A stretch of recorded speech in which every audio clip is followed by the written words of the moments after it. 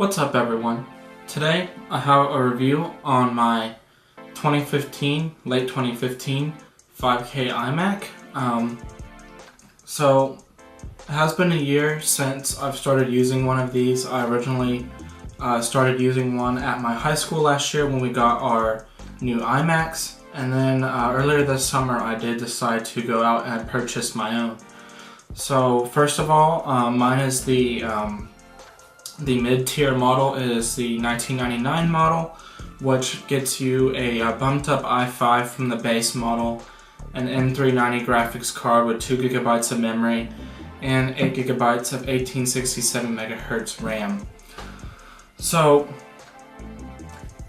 I really wanted to spend some time with this computer, not like, have it for a couple days and then throw out a review like everyone else does.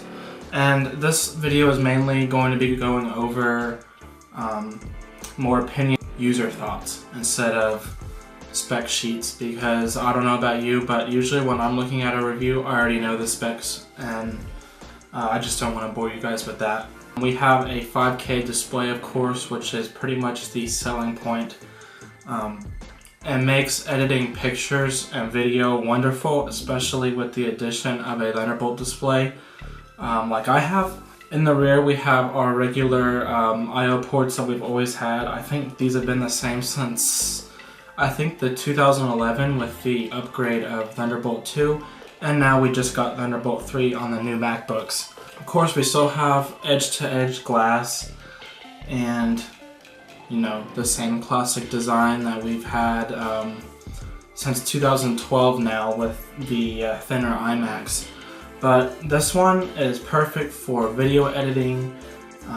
If you're going to be doing anything other than 1080p 60 FPS, I would suggest bumping up to the i7 model and the 395 graphics card with 4 gigs of memory. That's going to definitely help out, because as is right now, the only reason I did go for the bumped up one is to output to my Thunderbolt display. So even if you're going to be doing heavy video editing and stuff like that, I would recommend bumping up to the higher spec.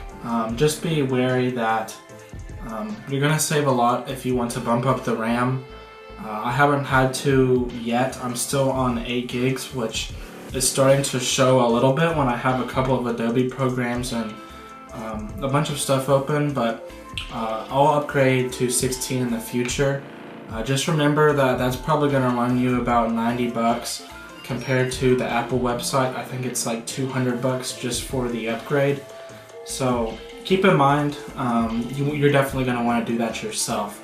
Don't pay Apple to do that. Anyway, I am still using the this is what you'll get. I purchased mine used, so I actually purchased the new keyboard independently from the computer. But you'll get that wireless accessory with the new wireless mouse, which I don't have. I don't like the Apple mouse. I didn't get that either since I purchased mine used, so right now I've just been fine with a wired Mighty Mouse. But that's definitely some stuff to keep in mind. Also, if you have yours cable managed all nicely into your setup, you're going to need to look out for plugging in USB devices. I do have a extension lead to the front to hot swap USB devices without turning around and trying to fumble with your cables coming out and plug in USB devices. I do have a external card reader here. This is for compact flash, SD, and micro SD cards. This is about 8 bucks on eBay, and it works perfectly. You can leave this permanently attached, which is what I've done until recently. I don't use my cards too often, but when I do, I just plug this straight into the USB extension that I have on the front of the computer. That's something we've been dealing with for over 10 years now with the iMac, so just be careful if you want to do that. I do have the same 720p Facetime camera, so if you're planning to do any video with it, I would recommend purchasing a Logitech C930, whatever we're on now. That's going to give you the 1080p, and it's also a little bit wider, so it's not going to be so much in your face. And yeah, edge-to-edge glass is perfect on this machine. So yeah, all in all thoughts is, if you're going to be doing any sort of work, you want to do photography, you want to do video, this is definitely something you want to consider.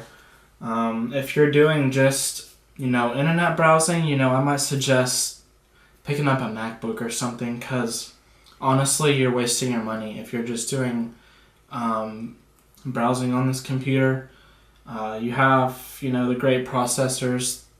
We're on the 6th generation, I believe. So even though this computer hasn't been updated in over a year now, it's still fantastic. I think Apple has it slightly undervalued, actually, considering you can start out on like $17.99 for a 5K iMac. That's a pretty good deal, but just remember, in that next step up, like I have, you're going to get a bumped up i5.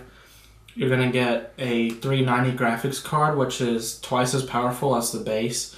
And you're going to get a Fusion drive, so you're not going to be waiting for files to load, with that hard drive spinning up. So, all in all, I would recommend getting at least the mid-tier model. But if you don't need the power, you're maybe just doing some light photo editing here and there, and then you're not running a Thunderbolt display or something like that, the base model is definitely still a good option. But I'm pretty sure Apple's going to be refreshing these soon, either early next year or maybe at the end of this year. I don't think so though, because we're already early November.